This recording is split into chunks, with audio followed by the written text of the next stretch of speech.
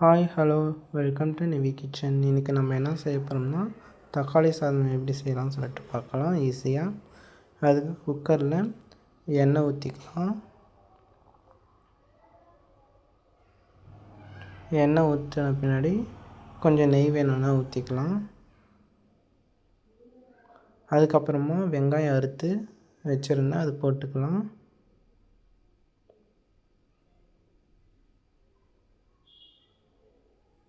அப்புறம் இஞ்சி பூண்டு பேஸ்ட்டில் பட்டை லவங்கமெல்லாம் போட்டு அதில் மிக்ஸ் பண்ணி அரைச்சிக்கிட்டேன்.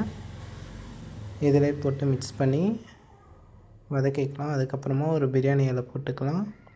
அப்புறமா புதினா கொஞ்சம் கருவேப்பிலை போட்டுக்கலாம். அது கூட மஞ்சாத்தூள், கொஞ்சம் மிளகாத்தூள், அப்புறமா தக்காளி அரைச்சி வச்சுருக்கேன், தக்காளி ஊற்றிக்கலாம்.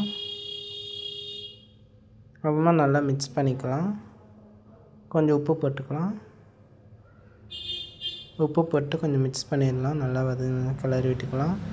அதுக்கு மாதிரி தேவைக்கேற்ற தண்ணி ஊற்றிக்கலாம். புதினா கொஞ்சம் போட்டுக்கலாம்.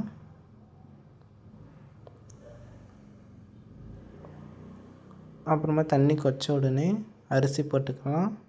நான் இன்றைக்கி ரேஷன் அரிசி தான் எடுத்துக்கிட்டேன். அரிசி போட்டுக்கலாம். நல்லா கழுவிட்டு அரிசி போட்டுக்கலாம். அரிசி போட்டுட்டு ஒரு 2 விசில் விடலாம். 2 to 3 விசில் போடலாம் போதும். விசில் போடாததுக்கு முன்னாடி உப்பு இருக்கா எல்லாம் செக் பண்ணிக்கலாம். விசில் போட்டோன்னே ரெடி ஆகிடும். அவ்வளோதான், ஃபினிஷ்டட்.